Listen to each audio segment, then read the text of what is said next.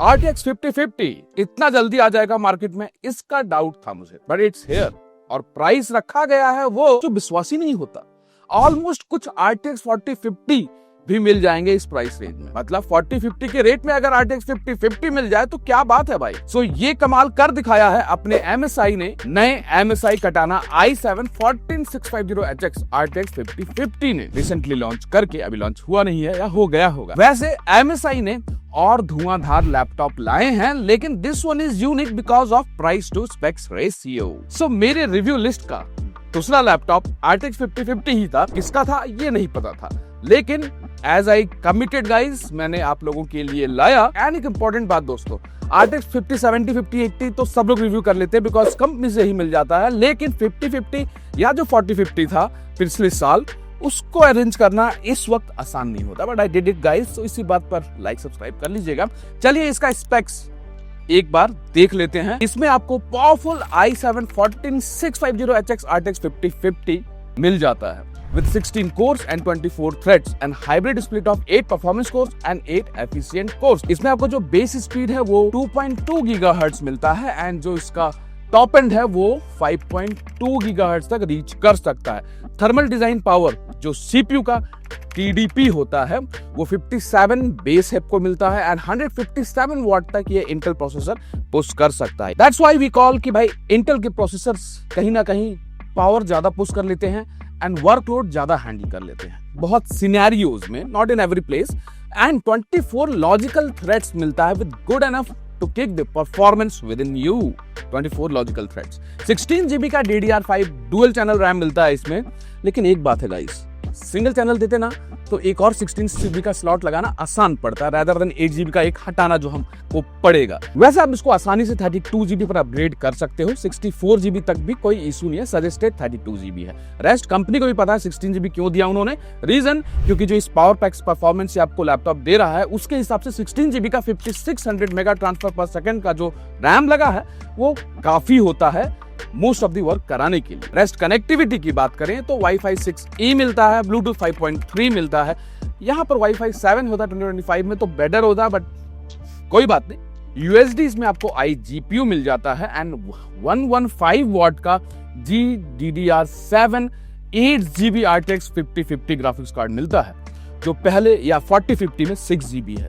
तो 5050 में 2025 से इसको 8GB रैम कर दिया है, जो कि गेमिंग में, स्पेशली हैवी गेमिंग में लाइक फोर्जा होराइजन, आपको एक अपर एज प्रोवाइड करने वाला है। 512GB का Gen 4 SSD मिलता है जिसका रीड राइट स्पीड काफी अच्छा है 6000 प्लस, और आपको 2 स्लॉट्स मिल जाते हैं, पर स्लॉट 2 TB आप एक्सटेंड कर सकते हो।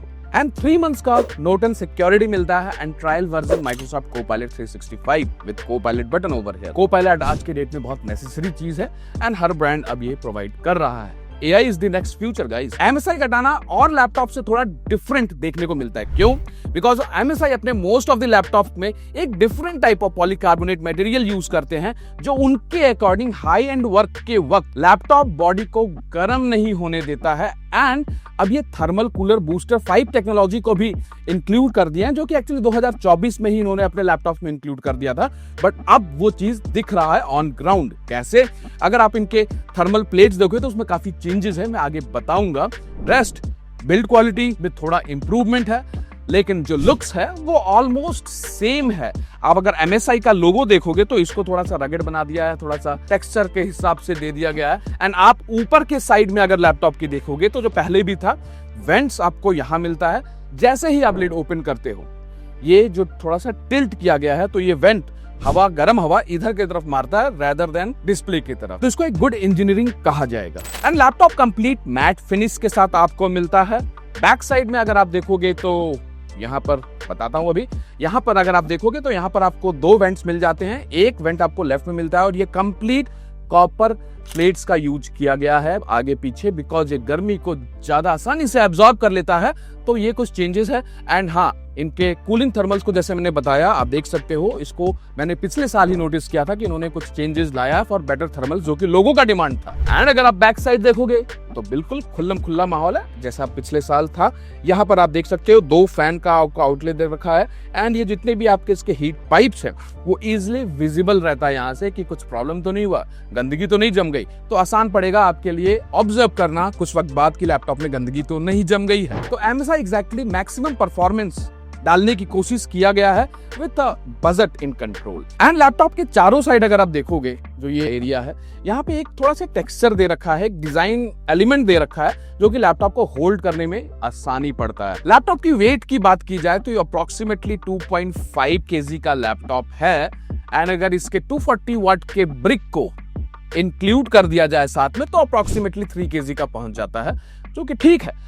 बॉडी फ्लेक्स की जहां तक बात की जाए तो ये बिल्कुल माइनर है। कीबोर्ड फ्लेक्स की बात की जाए नाक के बराबर है। MSI के कीबोर्ड डिस्प्ले एंड एक पर्सन के बीच में जो गैप है, जो सामने वाला एरिया है, ये काफी अच्छा दिया गया है। इससे लिटरली आपका जो एक व्यूइंग एंगल है वो बेटर होता है और गेमिंग एक्सपीरियंस भी बेटर हो जाता है। इस डिस्टेंस के कारण आप स्क्रीन के साथ ज्यादा सामने नहीं होते हो, जिससे कि आपके आई पर स्ट्रेन नहीं पड़ता। And this is actually good experience while gaming, इसमें नो डाउट। और ये बहुत कम ही ब्रांड इस चीज पर फोकस करती है। एंड ये लॉन्ग टाइम वर्क के लिए काफी यूजफुल रहता है रादर देन एक कीबोर्ड लगाकर पीछे बैठने की जगह। एंड इसमें आपको WASD को थोड़ा ट्रांसपेरेंट कीज के साथ दिया गया है, तो इसमें जो 4 जोन RGB आपको देखने को मिलता है वो लिटरली काफी बेहतरीन फील होता है compare to many of its competitor. Arrow keys में आपको कुछ फंक्शनैलिटीज दे दिया गया है जो कि आप फंक्शन के साथ यूज कर सकते हो, लाइक गाना पॉज करना, थर्मल्स के फैन को स्पीड करना। रेस्ट को पायलट का बटन तो आपको देखने को मिलता ही है। ट्रैक पैड की जहां तक बात है, इसको थोड़ा सा लेफ्ट में अलाइन किया गया and soft to touch multi gesture को सपोर्ट करता है, बट स्टिल यार थोड़ा सा बीच में होता तो जगह था इनके पास बीच में, तो बीच में दे सकते थे, वो मेरे को ज्यादा बेटर फील होता है। बहुत लोगों को पाम रखने में अदरवाइज ट्रैक पैड बंद करना पड़ता है, correct, while gaming. And ergonomics and design की बात की जाए ओवरऑल तो ये ऑसम है, एक काइंड ऑफ गुड इंजीनियरिंग लगाया गया है इसमें। अब RTX 5050 का परफॉर्मेंस बेंचमार्क पहले देख लेते हैं। अब सिनेमेंस बेंचमार्क लिटरली में भाई ये प्रोसेसर बढ़िया निकाल कर ला रहा है। पिछली बार भी लाया था 20,000 multi core and single score 2000 के अप्रोक्सीमेटली 16 कोर 24 थ्रेड्स के साथ, जो कि अच्छा स्कोर है सही में। और आपका क्रिस्टल पार्क देखोगे तो यहाँ पर आपको रीड राइट स्पीड 6300 एंड 4000 के अप्रोक्सीमेट राइट मिल रहा है, जो कि स्कोर पहले से काफी बेटर किया गया है MSI के केस में बता रहा हूं दोस्तों। अब यहाँ पर क्रॉस मार्क 10 आप पॉज कर दूसरे लैपटॉप के साथ मैच कर सकते हो। 1800 का ओवरऑल स्कोर बढ़िया स्कोर कहलाता है गाइस, नहीं तो 1500-1600 के अराउंड ये अटक जाता है। नेक्स्ट स्कोर है आपका Geekbench सिंगल स्कोर, अगर आप देखोगे 2701 एंड मल्टी स्कोर भाई 14,14043, जो कि कल से बेटर आया है कहीं ना कहीं। और ये है आपका Geekbench का AI स्कोर 3243 एंड 4607, जो कि बढ़िया स्कोर निकल कर आ रहा है। नॉर्मली हम प्रोसेसर का ही ये चेक करते हैं, जीपीयू का भी करना चाहिए। टाइम स्पाई देखोगे तो 10,000 के approximately, CPU score 12,846 and graphics score approximately 10,000। So time spy भी अच्छा आया है। नोमैड स्कोर आपका 2000 के अप्रोक्सीमेटली है, जो कि पहले से बेटर कहा जा सकता है। बट हाँ, कल वाले में थोड़ा बेटर आया था बिकॉज वहां का जीपीयू पावरफुल था, अगेन नो डाउट। यहाँ पर पीसी मार्क 10 हमको 5800 के अराउंड आ रहा है। 6000 के ऊपर होता तो I was more happy with it, but there can be some reason behind it. अब नेक्स्ट आपका VR मार्क स्कोर है, जो कि 10,273 के अराउंड देखने को मिल रहा है। एंड ये आपके लिए गेमिंग कैपेबिलिटी को बढ़ाता है। फर मार्क 10 आप देख सकते हो 8,264 के अराउंड देखने को मिल रहा है। सिमिलरली FPS आपको इन एन एवरेज 137 दिखा रहा है यहाँ पे 50-50 के हिसाब से। एंड बेंचमार्क स्कोर इसने 50-50 में 3000 निकाल कर ले आया, जबकि 40-50 में हम लोगों को और अप्रोक्सीमेटली 2000 के अराउंड ही होता था, इसमें 3000 के अराउंड निकल कर आया। वैसे MSI का कोई भी लैपटॉप आप लेने का प्लान कर रहे हो एंड अपने घर पर डिलीवर कराना चाहते हो तो you can contact Sanjeev ji from MSI store Nehru Place Rest. He will help you to guide सारे डील्स एंड अपडेट्स जो आपको इसके साथ मिल सकते हैं। एंड यस, अगर शोरूम जाकर लेना चाहते हो तो you can check out, description में मैंने लिंक दे रखा है। नेहरू प्लेस में MSI नेक्स्ट कंप्यूटेक है, आप वहां पर जाओ एंड सारे ऑप्शंस देख सकते हो। मेरा आपको वहां पर रेफरेंस दे देना, आपको हो सकता है कुछ एक्सेसरीज भी मिल जाए। चलो अब RTX 5050 में गेमिंग किया जाए। एंड यस, क्या ये 5050 भी 4x मल्टी फ्रेम जनरेशन सही करवा सकता है? देखते हैं। चलो तो पहला ही गेम हमने स्टार्ट किया वो साइबरपंक के साथ और एफएसडी डिस्प्ले रिट्रेसिंग अल्ट्रा पर हम खेल रहे हैं डीएलएचएस ऑफ डीएलएचएस ऑन। एफपीएस आप देख सकते हो ऑन कंडीशन में 46-55 का एवरेज मेरे को दिखाया था और आप रैम यूटिलाइजेशन देख सकते हो कि रैम अप्रॉक्सिमेटली 13 GB के अकॉर्डिंग। मेन बात है temperature is again somewhere around 80 degree Celsius का एवरेज मेंटेन करके रखा है फिलहाल तक। और वी रैम भाई 7.3 GB वी रैम यूटिलाइज हो रहा है, मतलब 8 GB वी रैम होने का फायदा तो है 50-50 में कहीं ना कहीं। प्लस अगर आप यहाँ पे वॉटेज भी देखोगे तो वॉटेज हमारा अप्रोक्सीमेटली 100 पुश कर रहा है। अब हमने रे ट्रेसिंग ऑफ कर दिया, सिर्फ अल्ट्रा सेटिंग में खेल रहे हैं। मीडियम रे ट्रेसिंग या लो रे ट्रेसिंग में और बेटर एफपीएस निकाल कर लाता, लेकिन अल्ट्रा में हमको अप्रोक्सीमेटली और बेटर एफपीएस देखो जाए तो, और डीएलएसएस ऑन में 80+ एफपीएस और रॉ परफॉर्मेंस में 70+ एफपीएस हमको देखने को मिल रहा है। तो नॉर्मली मैक्सिमम पीपल इसी सेटिंग के साथ खेलते हैं और इस पर 100+ एफपीएस एक अच्छा ही एफपीएस कहलाएगा। As you guys know, rest comparison इसका 40-50 के साथ भी हम करेंगे, लेकिन जैसा वीरैम की बात है, वीरैम पूरा 6 GB 5.7 GB राइट में, मतलब वीरैम का यूटिलाइजेशन आप आज के डेट में गेम्स में जरूरत पड़ रहा है। टेम्परेचर पर ध्यान देते रहिएगा, टेम्परेचर कंट्रोल्ड है। नेक्स्ट गेम अपना है फार क्राई। एफएसआर होता है इसमें, फिडेलिटी सपोर्ट। तो एफएसआर अगर आप देखोगे ऑन कंडीशन में 119, 120 और लेफ्ट में 120। और सिमिलरली हम लोग ने टफ F16 के रिव्यू में भी चेक किया था कि भाई एफएसआर अभी प्रॉपर्ली काम नहीं कर रहा RTX 5000 सीरीज में। एफएसआर जो फिडेलिटी सपोर्ट होता है, एफपीएस दोनों साइड ही सेम देखने को मिल रहा है, लेकिन उससे मतलब नहीं है एफपीएस बेहतरीन मिल रहा है हमको हाई सेटिंग होने के बाद भी।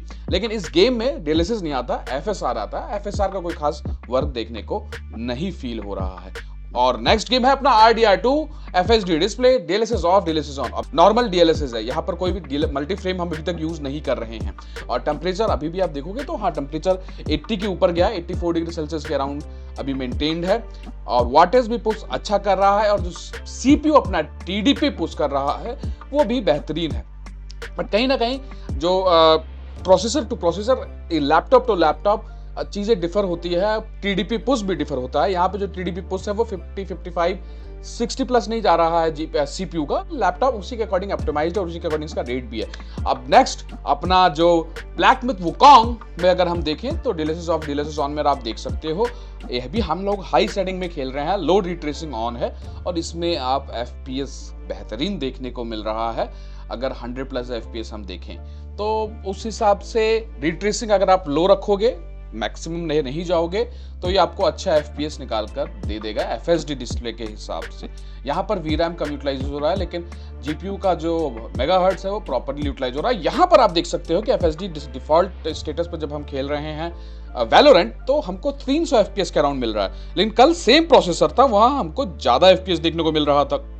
बट ये ज्यादातर प्रोसेसर स्पेसिफिक गेम है, सेम प्रोसेसर होने के बाद भी तो प्रोसेसर में differ laptop to laptop, optimisation बहुत मैटर करता है। अब यहाँ पे जो ये पुश है उसके अकॉर्डिंग आपका जो 300+ एफपीएस देखने को मिल रहा है वो बेहतरीन ही एफपीएस कहलाएगा। नॉर्मली डिस्प्ले इसका 165 हर्ट्ज का है और ये जो आपको एफपीएस मिल रहा है 300 के around, it's again based on how the laptop is designed. Now the next game is Call of Duty और यहाँ पर आपको बेहतरीन एफपीएस मिल रहा है सेटिंग में, जो कि पिछली बार देखने को नहीं मिल रहा था। अब यहाँ पे 200+ एफपीएस देखने को मिल रहा है, 240 एफपीएस देखने को मिल रहा है, बिकॉज यहाँ पे जीपीयू और सीपीयू का कॉम्बिनेशन रिक्वायर्ड है। ये थोड़ा सा जीपीयू इंटेंसिव भी हो गया है गेम। एफएसआर का यूज मुझे यहाँ पर कहीं ना कहीं देखने को मिल रहा है, हो सकता है इस गेम के लिए अपडेट आ गया हो, but still not that much as you can see the FPS differences. लेकिन 300 एफपीएस टच किया है काउंटर स्ट्राइक में, जो कि अच्छा है। और टेम्परेचर अगेन आप देख सकते हो कि कंट्रोल्ड है और रैम यूटिलाइजेशन मैक्सिमम अभी तक मैंने 14 GB देखा है, जबकि 16 GB का इसमें मिलता है। अब ये Forza Horizon west, DLSS off DLSS on, high setting के साथ नॉर्मल रिट्रेसिंग एंड आप देख सकते हो एफपीएस बेहतरीन देखने को मिल रहा है। रिट्रेसिंग हम हर जगह ऑन नहीं करते हैं, रिट्रेसिंग अगर हम मीडियम या हाई पे करेंगे तो वाट लग जाएगी। रिट्रेसिंग का मतलब आप लोगों को पता होगा कि भाई जो पानी का रिफ्लेक्शन हो गया, धूप का रिफ्लेक्शन हो गया, एंड ये सब चीज़ें जो होती हैं वो थोड़ा सा एज लाता है गेमिंग में, अगर आप रिट्रेसिंग ऑन करके खेलना चाहते हो। नॉर्मली बहुत लोग रिट्रेसिंग बंद भी करके गेम ट्राई करते हैं, तो this is the medium setting, लेकिन गेमिंग का सेटिंग हाई है। DLSS off DLSS on FPS better निकाल कर ला रहा है। अब एविल डेड, रेसिडेंट एविल जो भी कहना है, यहाँ पर अगर आप देखोगे यहाँ पर FSR of and on condition में हमको डिफरेंस थोड़ा देखने को मिल रहा है। This game might have an update for the FSR, I think so. यहाँ पर आपको 20-25 एफपीएस का डिफरेंस देखने को मिल रहा था, बट वो डिफरेंसेस अचानक से क्लोज हो जाता है। So still some work needs to be done on the fidelity side. RAM utilization 12 GB के अराउंड है, 6 GB VRAM यहाँ भी यूटिलाइज हो रहा है। मतलब क्या बात है, मतलब 8 GB VRAM दे दिया तो क्या पूरा ही VRAM यूटिलाइज करना चाहते हो? 6 GB VRAM यहाँ भी जा रहा है, टेम्परेचर कंट्रोल्ड है, बट यहाँ पर हमने देखा टेम्परेचर 86 डिग्री सेल्सियस गया। अब 2.5 के डिस्प्ले पर हम एलन वेक पर DLSS ऑफ करके पहले चेक कर रहे हैं हाई सेटिंग के साथ और ली ट्रेसिंग रो पर रखे हैं, और यहाँ पर आप देख सकते हो DLSS ऑफ पर हम करीब वाट लग गए ली ट्रेसिंग ऑन करके सिस्टम के 2 के डिस्प्ले पे, 2.5 के डिस्प्ले पे 22 FPS देखने को मिल रहा है। अब सेम सेटिंग पर हाई मीडियम सेटिंग पर हम हैं यहाँ पर, और मीडियम सेटिंग पे अगर हम 2x पर जाएंगे और रिट्रेसिंग अभी भी ऑन रखे हैं तो 41 FPS देखने को मिल रहा है। उस हिसाब से आप देख सकते हो कि 20 FPS से तो 45 पहुंच गया, ऑलमोस्ट डबल हुआ है। 2x मतलब मल्टीप्लाइड बाई 2, तो फ्रेम जनरेशन का आपको यहाँ पे देखने को इफेक्ट मिल रहा है। और TDP भी यहाँ पे TGP भी अच्छा पुश किया। अब हम इसको 3x पर कर रहे हैं, मीडियम सेटिंग, रिट्रेसिंग लो, और आपको लिटरली 20 से अगर देखा जाए तो 60 FPS के अराउंड देखने को मिल रहा था। तो अभी क्योंकि हम लोग देखो पानी में है तो पानी का इफेक्ट देखने को मिलेगा, डिफरेंसेस मिलेगा, तो यहाँ पर FPS भी गिरता है। जहाँ पे भी आपको रिट्रेसिंग ज्यादा आएगा वहां पर FPS गिरता है, लेकिन जैसे पानी से बंदा बाहर निकलेगा, बंदी एग्जैक्टली, तो आपका ये 60 FPS के अराउंड पहुंच जाएगा। आप देखना जस्ट अभी आपको जैसे आप पानी से निकलेगा 60 FPS के अराउंड हो गया। अब इसको 4x पर करके देखते हैं। 4x पर आपको आराम से 73-75 FPS रिट्रेसिंग ऑन करके लो सेटिंग के साथ देखने को मिल रहा है। मतलब आप 2K डिस्प्ले 2.5 के डिस्प्ले पे भी गेम आसानी से खेल सकते हो इस RTX 5050 के साथ। और VRAM देखो 7.3 GB VRAM यूटिलाइज हो रहा है। अब हमने सोचा कि थोड़ा इसको FHD पर करके देखते हैं। FHD पर वही FPS जो आपको 80 या 75 देखने को मिल रहा था, FHD पे करते ही वही FPS आपको 101, 102 मल्टी फ्रेम जनरेशन पर देखने को मिल रहा है, और नॉर्मल सेटिंग पर विदाउट DLSS रॉ परफॉर्मेंस में ही 20 था। सही बताओ तो इसके डिस्प्ले को पहले से काफी अट्रैक्टिव बनाया गया है in terms of colour and look, but yes bezels थोड़ा कम रखना चाहिए था। I am still saying to MSI bezels को कम किया जाए। मैंने MSI सेंटर भी जब गया था तो वहां पे भी कहा था, जब मैंने MSI के इंजीनियर से पूछा कि कटाना में आप ये एजलेस क्यों नहीं कर रहे हो, तो उन्होंने कहा कि सर इस रेंज में ड्यूरेबिलिटी बहुत मैटर करती है, बहुत इंपॉर्टेंट होता है। स्टूडेंट्स ज्यादा प्रेफर करते हैं इन लैपटॉप्स को, एंड एजलेस डिस्प्ले में ब्रेकेज का केसेस काफी आते हैं। So to keep display strong, they keep the bezels little more, and 180 degree open angle भी इसीलिए दिया जाता था क्योंकि पहले लिड टूटने का बहुत कंप्लेन आता था। अब एक्सीडेंटली कोई गलती से ज्यादा पुश कर दे या बैठ जाए तो लिड तुरंत टूट जाता था, और ये मेजर प्रॉब्लम लैपटॉप इंडस्ट्री में आ चुका था। इसमें आपको IPS पैनल 1920x1080 पिक्सल की डिस्प्ले मिलती है with 144 hertz auto switch display battery पर। ऑटो स्विच मतलब 60 हर्ट्ज रहेगा अगर आप बैटरी पर हो, एंड अगर आप गेमिंग कर रहे हो या चार्जर लगा रखे हो तो ये आपका 144 हर्ट्ज पर वापस पहुंच जाएगा। इसमें आपको 66% sRGB, 48% NTSC, 50% Adobe RGB, 50% DCI-P3 देखने को मिलता है। विद अप्रोक्सीमेटली 400 या 450 के अराउंड इसका आपको ब्राइटनेस देखने को मिलता है। 450 निट्स क्यों बताता हूं। इसको हम लोग 300 निट्स से भी अगर कंपेयर कर देखें तो बस यहां पर ब्रांड ने इसको 90% sRGB भी कर दिया होता ना तो मजा आ जाता, बट उसके लिए आपको दूसरे मॉडल के साथ जाना पड़ेगा जो आते हैं ऑलरेडी MSI में। लेकिन आप देख सकते हो राइट में 100% sRGB डिस्प्ले है एंड लेफ्ट में 66% कटाना है अपना। फर्क कर सकते हो क्या आप? आई कैन, बिकॉज मुझे कलर ग्रेड का पता है, कलर ग्रेड वर्क करती है मेरी टीम, तो उन्होंने मेरे को एक्सप्लेन किया। But as a normal person, as a user, अगर आपका कलर ग्रेड वर्क नहीं है तो you will not able to do it. But आप ये भी देख सकते हो कि कटाना का क्योंकि ब्राइटनेस ज्यादा बेटर है तो मूवी वॉचिंग के लिए, OTT वॉचिंग के लिए, normal work, gaming and all में आपको वो एक बेटर फील देने वाला है। तो brightness matters a lot, and better brightness का डिस्प्ले देना is again a costly matter in the market. तो कोई ब्राइटनेस बेटर दे देता है, कोई आपको 100% sRGB दे देता है, यही डिफरेंस है।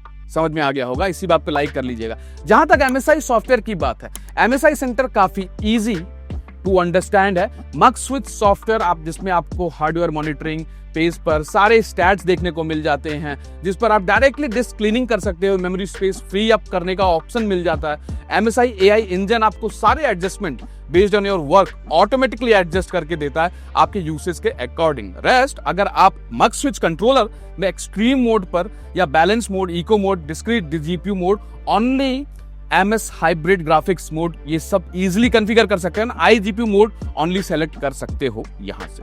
MSI सपोर्ट के अंदर हॉटलाइन कॉल, कंप्लेंट रजिस्ट्री का भी ऑप्शन मिलता है। टिकट क्रिएट भी कर सकते हो, कोई प्रॉब्लम है डायरेक्टली लैपटॉप से ही। MSI रिकवरी में जाकर आप एक USB फ्लैश ड्राइव क्रिएट कर सकते हो।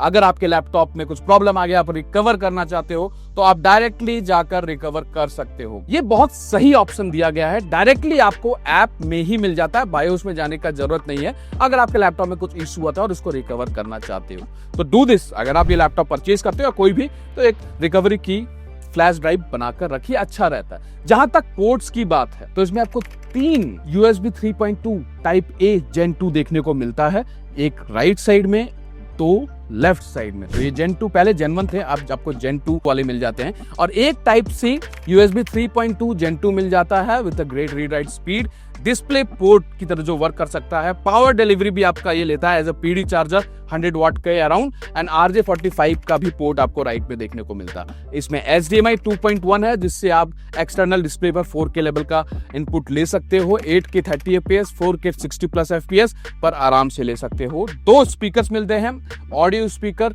Namic 3 ऑडियो इनहैंसर के साथ। तो 2 आपको 2 वाट के इधर और इधर नीचे की तरफ डाउन फायरिंग स्पीकर्स मिलते हैं, जिनका क्वालिटी लिटरली अच्छा दिया गया है। कैसे कंपेयर कर रहा हूं, चेक कर लीजिए।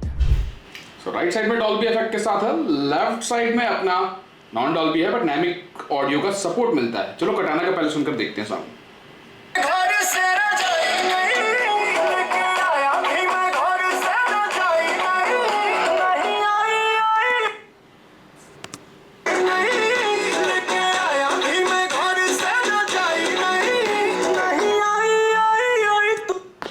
राइट में डॉल्बी फील होता है, सराउंड साउंड फील होता है, लेकिन लेफ्ट में लाउडनेस ज्यादा फील होता है। लाउडनेस राइट में नहीं होता। एक बार इस साउंड के साथ ही चेक कर लेते हैं। वैसे हमको इसमें Namic सॉफ्टवेयर का सपोर्ट मिलता है, आप अपना ऑडियो अकॉर्डिंगली कंट्रोल कर सकते हो। लेकिन साउंड एक बार NCS के बास के साथ चेक कर लेते हैं।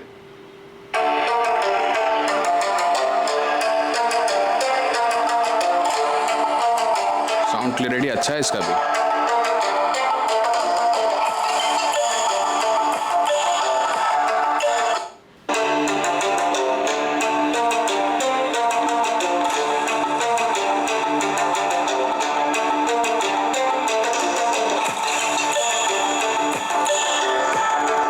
No doubt we can feel Dolby over here, but very little surround sound here. But इसका साउंड का इंटेंसिटी ज्यादा है, so Katana wins over here. Dolby Atmos नहीं है, लेकिन डॉल्बी एटमॉस को अच्छा टक्कर दे सकता है ये। Battery size is bigger now, comes with 4 cell 75 watt hour. Battery और बैटरी बैकअप पर सारे ही ब्रांड्स इस साल फोकस कर रहे हैं, बिकॉज ये काफी मैटर कर रहा है, सब इस पर क्वेश्चन करते हैं, लेकिन दे कुछ ही ब्रांड पा रहे हैं। इसमें आपको 240 वाट का चार्जर मिलता है, सो इसमें इको मोड पर आराम से 400 आवर के अप्रोक्सीमेटली बैकअप ये निकाल देता है। एंड आई अप्रिशिएट ये इंप्रूवमेंट जो किया गया है। बैकग्राउंड में मल्टीटास्किंग ऑलरेडी ऑन रखे थे हम लोग, यूट्यूब चला रखे थे, लेकिन बैटरी बैकअप मोड ऑन था, इको मोड पर था, और इसने 4 घंटे के ऊपर ही मेरे को बैकअप निकाल कर दिया। Still person to person work पर ये डिफर करेगा, एंड गेमिंग या हाई लेवल वर्क कर रखे हो तो उस पर तो भाई बैटरी बैकअप कम ही हो जाएगा, नो डाउट। लेकिन आई विल सजेस्ट कि हमेशा कोई भी अगर आप काम कर रखे हो, चार्जर पास में है तो चार्जर कनेक्ट करके ही करिए, ठीक है। अब इसका कैमरा एंड माइक क्वालिटी थोड़ा देख लेते हैं। कैमरा की क्वालिटी तो अच्छी है, आप देख सकते हो, लेकिन 30 पिक्सल होता तो बेटर होता। 720 पिक्सल दिया गया है। माइक भी आप इसी से सुन रहे हो। Normal video call and all के लिए तो सही है, स्ट्रीमिंग के लिए आपको एक्स्ट्रा कैमरा लेना पड़ सकता है। रेस्ट जो कार्टूनिस्टिक कैरेक्टर बनता था वो सब अब बेटर कर दिया गया है। माइट भी इसमें भी AI का रोल तो नहीं है। कंक्लूजन यही है भाई लोग, भाई जहां तक मुझे पता है इसका प्राइस है, आई डोंट नो, उसके लिए आपको संजीव जी को कॉल करना होगा, he will help you out. And अगर आप लैपटॉप डिलीवर कराना चाहते हो तो he will deliver it to your home also. Rest इस प्राइस रेंज में ये काफी पिटाई करने वाला है RTX 4050 का। And yes, multi frame generation and 115 watt RTX 5050 with 8GB VRAM, ये इसका प्लस पॉइंट रहने वाला है कंपेयर करें किसी और GPU के साथ तो। And yes, I like the design of MSI Katana, but मैं एक्सपेक्ट कर रहा था कि थोड़ा और चेंजेस करे, पर इन्होंने लोगो एंड बिल्ड को छोड़कर और सब कुछ सेम रखा, एक्सेप्ट स्पेक्स बढ़ा दिया। बस यहीं पर थोड़ी सी नाराजगी है मेरे को MSI से कि थोड़ा सा बिल्ड में भी चेंजेस करा करिए, एक तसल्ली मिलता है दिल को। रेस्ट इसको कंपेयर करेंगे दूसरे लैपटॉप्स के साथ भी जल्दी, और थोड़े अपडेट्स में जो RTX 5000 सीरीज में आना बाकी है एग्जैक्टली, जो पिछले साल RTX 4050 का भी जब लॉन्च हुआ था तो NVIDIA का अपडेट्स लेट आया था, पावर पुश होने में लेट हुआ था। यहाँ पावर पुश तो हो रहा है लेकिन कुछ अपडेट्स अभी भी आना बाकी है, उसके लिए हम वेट करेंगे एंड देन कंपेयर करेंगे। डिस्क्रिप्शन में नंबर एंड लिंक दे दिया हूं, you can go and check out. Guys, आप लोगों के कहने पर धूप में दौड़ा दौड़ी मचाने के बाद फाइनली ये अरेंज किया गया है इस लैपटॉप को। एंड अगर वीडियो इन्फॉर्मेटिव लगी हो तो प्लीज लाइक कर दीजिएगा, सब्सक्राइब कर लीजिएगा एंड बेल आइकन दबाना मत भूलिएगा। ये काफी जरूरी है कि मैं अपने कंटेंट को भी इंप्रूव कर पाऊं और आपको टाइमली रिव्यू भी लाकर दे पाऊं इन लैपटॉप्स का एंड सारे लैपटॉप्स का। तो चलिए मिलते हैं नेक्स्ट अपकमिंग वीडियो में किसी और 5000 सीरीज लैपटॉप के साथ।